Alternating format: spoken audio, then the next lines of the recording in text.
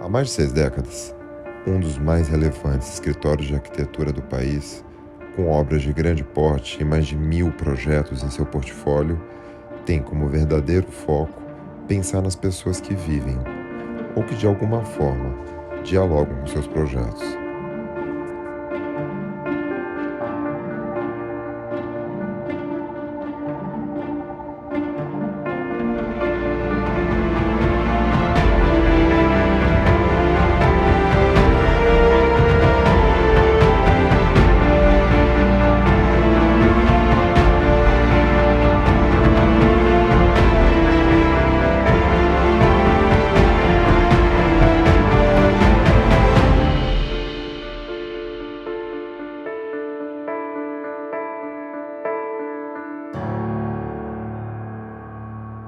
No processo de aprendizado da arquitetura, eu sempre me imaginei como o usuário da arquitetura.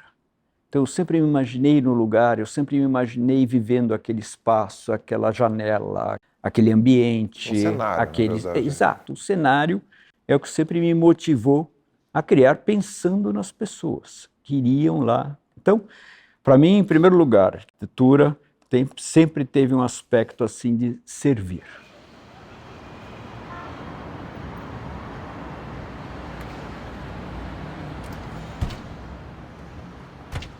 Esse aqui a gente escala, a gente não sobe, a gente escala. Esse banquinho aqui é fantástico pra você viajar umas 20 horas. Ah, mas é original, Mas é vocês, legal. mas vocês sabem Legal qual que é a você função desse banco? Não. Ele é absolutamente 90 graus para você ficar com a coluna absolutamente reta. É um carro para você pegar off-road o tempo todo, né? Então, você tá com a coluna ereta e tá mais protegido. Você não fica com a coluna meio solta. E aí, eventualmente, você pode ter uma diferença.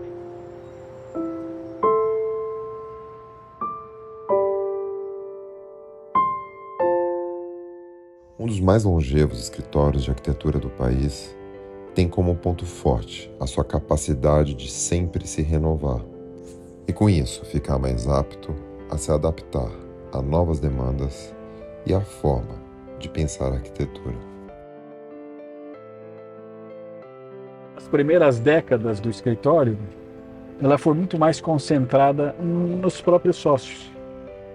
E também era um retrato de uma época, né, Era Roberto? um retrato de uma época. Então, tinha lá sentar, fazer um grande desenho, enfim, estudar alternativas, etc. E depois existia um processo de desenvolvimento dentro do escritório.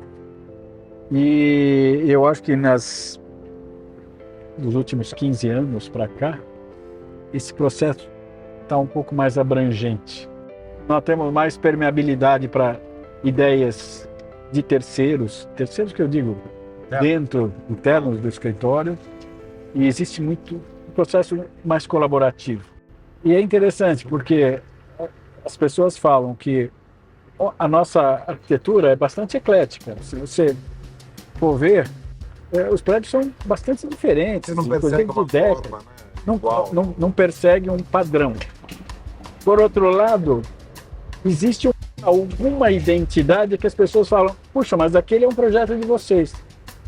É interessante essa coisa de... Fica um residual, nem que seja subjetivo, em cima de cada projeto. Tem, Fica uma tem. DNA de vocês.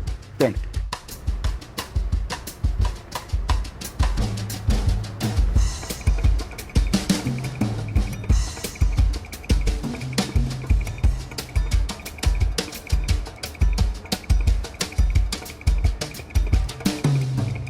À direita aqui é o FL, que é um grande conjunto. Projeto inovador para uma série de questões, né? Essa proposta que vocês tiveram, eu não sei se eu tinha em outro projeto, pelo menos por aqui, de ter um restaurante dentro do projeto, de vocês conseguirem criar um muro que não é um muro. Eu acho que ele veio antes da mudança do novo plano diretor e da lei, né? E ele traz muitos princípios que o novo plano diretor e a lei impõem hoje nos projetos, que é a praça, a fruição, o projeto de uso misto que concentra, né, corporativos, salas.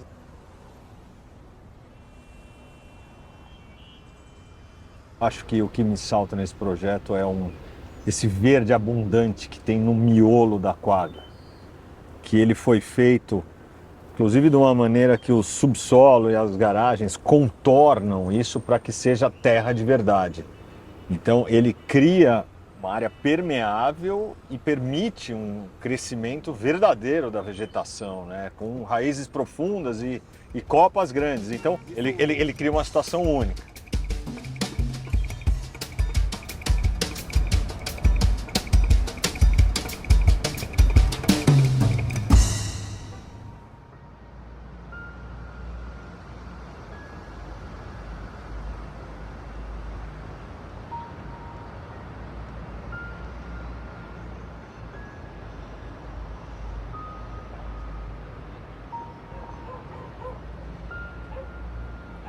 Um projeto de arquitetura com o ousado desafio de propor uma nova dinâmica de uso.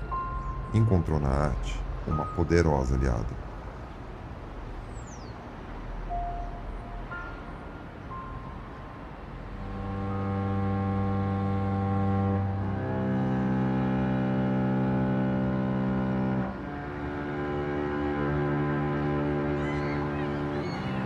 No plano diretor da cidade de São Paulo, a gente via dos altos índices de gabarito e de coeficiente de aproveitamento, que te permite potencializar o tamanho da obra, ele dava a volta exatamente nesse lote. Então ele era uma joia, porque nos fundos, do lado direito e lado esquerdo, nunca ia verticalizar. Então o empreendimento ia ter vista eterna para todos os lados. Só na frente de acesso mesmo, na Michigan, é que poderia ter verticalização. Por mais que o empreendimento foi faseado em 3 fases, a gente queria que tivesse uma ideia de um conjunto único, que tivesse muita força arquitetônica. Que você vai perceber em vários dos nossos projetos, essa questão da preocupação urbana, né? De ter permeabilidade urbana. Por que vocês ficam preocupados com isso? O Habitat, ele é um super projeto que foi super desafiador para nós, foi um case, porque era um terreno de 20 mil metros quadrados inserido no meio do Brooklyn, que era uma antiga fábrica farmacêutica chamada Farmasa. A gente se encantou com o projeto. Então a primeira fase, a gente veio com os apartamentos menores, foi um processo de convencimento e eu não diria que foi muito difícil. A gente falou, vamos transformar o térreo num espaço semipúblico e vamos jogar toda a área de lazer para cobertura. A gente vai estar sendo democrático em 2 momentos. Com o pedestre, com os moradores do bairro, quando a gente não tem gradios na rua, e cria aquela praça, são 1.000 metros quadrados de área verde na Nova York para usufruto de todos os moradores do bairro. E o lazer na cobertura, a gente está sendo democrático com os moradores. A melhor vista que a gente tem é uma área comum. Então não é o morador que comprou o último andar que vai ter a vista privilegiada, não. São as áreas comuns, então você vai treinar na academia com vista, você vai no salão de festa, você vai na piscina, tudo você tem vista 360 graus da cidade. Então, é uma coisa bacana. Você vê que na hora que você faz a integração do espaço público no nível do pedestre, você também está valorizando o morador e quebra um pouco aquela sensação de medo. E aí, por várias questões comerciais e negociais, pois se a gente fizer uma loja no térreo, um supermercado, aí deu super certo com o pessoal do Marché e colocamos uma loja lá. Então, o fato de ter um supermercado traz segurança. Nós, a Flalo, eu, o Felipe, o Roberto, a gente se apaixonou, e o Zé, pelo projeto, que todo mundo comprou apartamento para investir no Habitat 1. E eu me encantei um pouco mais ainda e eu vou mudar para lá daqui 6 meses. Legal. É uma coisa de você se apaixonar, né? É o criador e criatura. E aí você acredita tanto naquilo que você faz, você fala, putz, eu quero usufruir disso. É verdade, tem essência, não é só um discurso, né, de marketing. Assim. O projeto ele nasce dessa essência.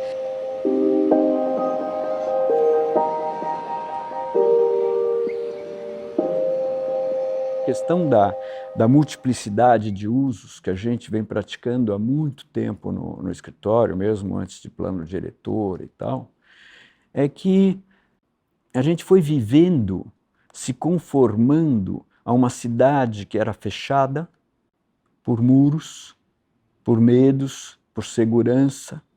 E, de repente, a gente começa a pensar, bom, mas não é isso, está tudo errado. O processo, a gente foi percebendo coisas como a Berrini, onde eram só escritórios, de repente você passava naquele ambiente, à noite aquilo era um deserto, e você falava, nossa, nós estamos construindo isso.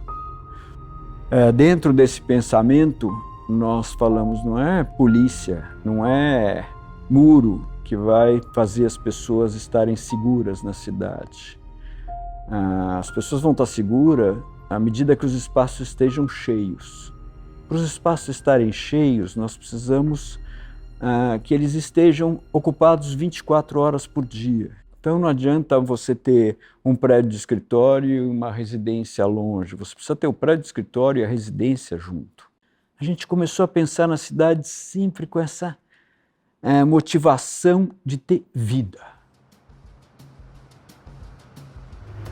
Essa passarela é projeto nosso também, que liga o shopping Morumbi aos edifícios da Multiplan, que foram projetos nossos também aqui.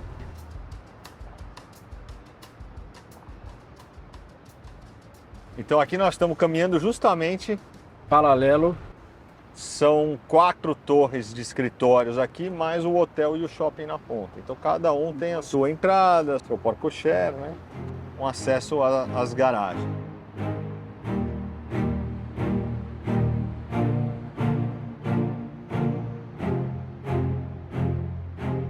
Esses edifícios acabaram de ficar prontos. Ou seja, eles não estão ainda com a sua população plena. Estão longe de dar a população plena. Quando eles estiverem com a população plena, tudo isso que nós estamos falando vai fazer sentido. Em termos de espaço, em termos de conectividade, essa variação de usos, as ligações entre os malls, os shoppings. A questão toda era como lidar com 2 edifícios tão próximos entre eles e a proximidade, que geralmente é a área problemática, né? Você sempre tende a criar espaços, vistas e esculpir esse vazio entre os 2 prédios da maneira que isso se torne um elemento de interesse e, na verdade, um elemento mais interessante, né? O que era o problema virou, na verdade, o mote, o partido do projeto como um todo, hein? E, ao mesmo tempo, você não tem faces olhando diretamente uma para a outra, você tem ângulos e você está sempre criando a possibilidade de uma vista, apesar de você ter um elemento próximo, mas, enfim, são edifícios independentes. Se a gente olha de baixo lá, você vai ver, então, esse formato muito claro. E a fachada interna, exatamente, nunca está uma paralela à outra. Elas sempre se abrem para que esse miolo sempre você esteja olhando a cidade, interessante. Você olha ele de lado, ele é um prédio esbelto, que ele está até dividido em 2 assim, com os terraços aleatórios. Você olha ele de frente, daqui a fachada frontal, ele tem o seu elemento externo mais puro possível, que dá uma escala muito diferente de todo o entorno. Então, é um projeto que tem um elemento de surpresa, tem uma coisa diferente, ela não se repete de um lado para o outro. Sem dúvida, esse transpasse, esses elementos todos, é uma coisa inédita. Dificilmente você vê isso num outro projeto aqui, São Brasil, enfim.